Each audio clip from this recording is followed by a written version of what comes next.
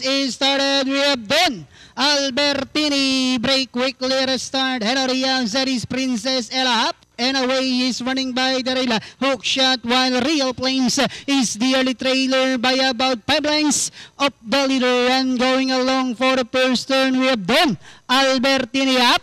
And away is running by the rail. Princess Ella is racing into the hook shot is done in port while Real Flames is still racing in less half-mile distance. They traveled. We have the quick is striding down Albertini on its favorite position as the pace setter, enjoying a 3 lengths lead. Princess Ella now to take second up, and away is racing into the hook shot is done in port. Real Flames is still in fifth, and at a far turn we have Don Albertini is still in control by about half length. Princess Ella in second, up and away. Hook shot while Real Flames is still racing in less.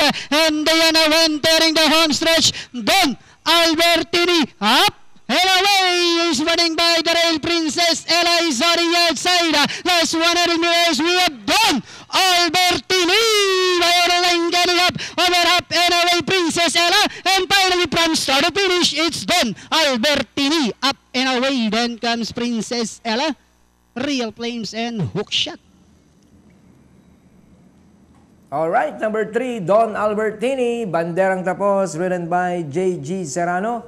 Masisigundo, dejado, numero 1 up and away, then 5 Princess Ella, Real Flames.